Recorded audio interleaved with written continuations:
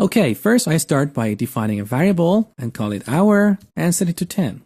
My intention is to define hour as a 24-hour time format.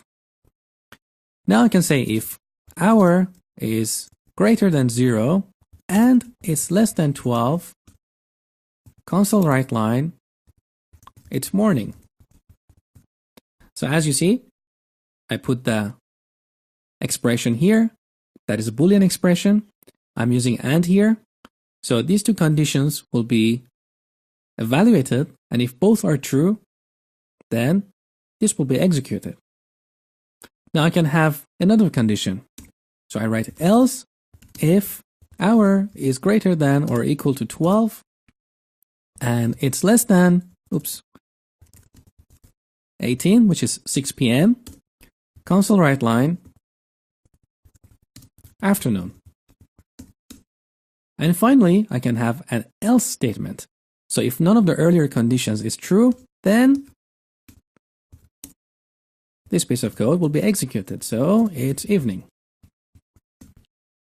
As I told you, if you have more than one line of code, you need to enclose them in curly braces. But some people say even if you have one line of code, it's good practice to put them in curly braces like this. Similar here.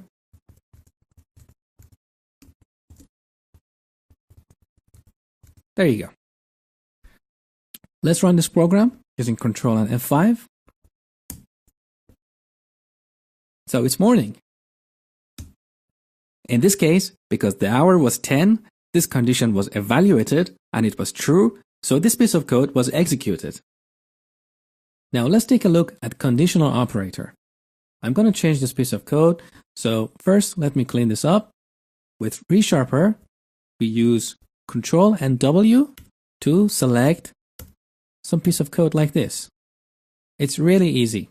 It's much easier than putting the cursor here and using Shift and down arrow like that. So anywhere you are in the code, you can use Control W to select a piece of code or keep extending your selection like this. Okay. Now let's take a look at conditional operator. So I can define a bool, say is gold customer, and set it to true. I want to say if is gold customer, I want to have a float here, call it price. And here I say price is going to be $19.95. Otherwise, price is going to be $29.95. Now I can rewrite this code using a conditional operator. So I would say float price equals, I'll put the condition here, is gold customer, followed by question mark. Now if that condition is true, what do I want? I want $19.95. Else is specified using a colon. The price is going to be $29.95. And of course I can get rid of this. I just comment it. I keep it here so you can see them for comparison. And finally, I'll put the price on the console. So let's review one more time. That's the condition. If that's true, then what we have after question mark and before the colon will be executed. So $19.95 will be returned and assigned to the price variable. Otherwise, is specified using a colon. And here, what we put here will be returned and set to the price here. So it's just a shortcut to write an if-else statement. Let's run the application. So the price is $19 because I am a gold customer. Now let's take a look at switch case. So with ReSharper, I use Control and W to select everything here and clean it up. So actually, let me define an enumeration first. Public, enum, season. So we have 4 seasons: spring, summer, autumn, and winter. In this case, we don't really need to give an explicit value to each of these items here because we are not working with a database or an external application where there is a numerical representation for these seasons. So we just leave it like that. And to keep my code clean, I would like to put this in a separate file. So with ReSharper, what I can do is I put the cursor here, and as you see, I've got this marker here. So with Alt and Enter, I can activate that and press Enter and move it to another file. If you don't have ReSharper, what you need to do is to go to Solution Explorer here, right-click your project,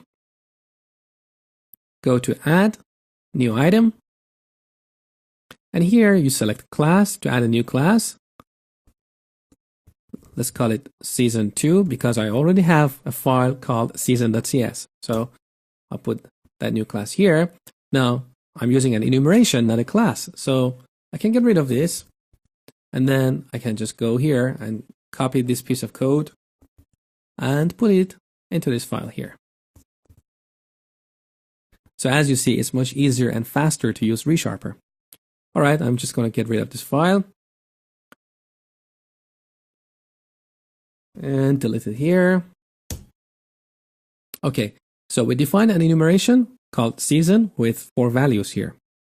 Now let's go to program. I'm going to define a variable. This time I'm going to use var, call it season, set it to season.autumn. Now let's put a switch on season. Switch season. So we put the variable in parentheses. Here we have a block, and we can have one or more case statements. I can say if season is season.autumn,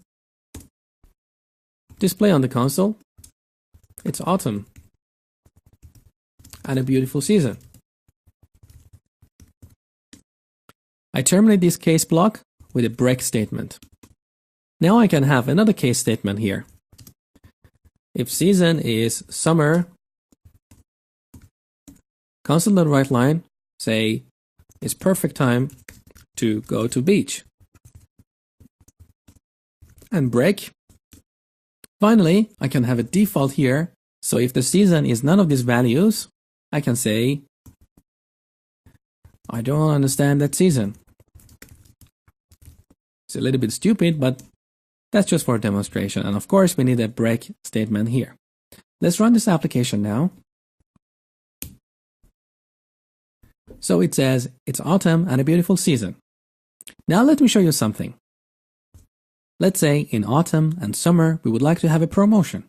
So instead of displaying this message here, we would like to say something like, we've got promotion. And I would like to have the exact same message appear if the season is summer. Now, as you see, this piece of code looks like a duplicate. It's not a good thing. What we can do here is to get rid of these statements here and have these two case statements next to each other. Note that the first one got nothing next to it, and the second one has the actual code that will be executed. So in this case, what that means is if the season is autumn or summer, then this piece of code will be executed. Let's run the application. We've got promotion. That's it for this video. I hope you enjoyed it, and thank you for watching.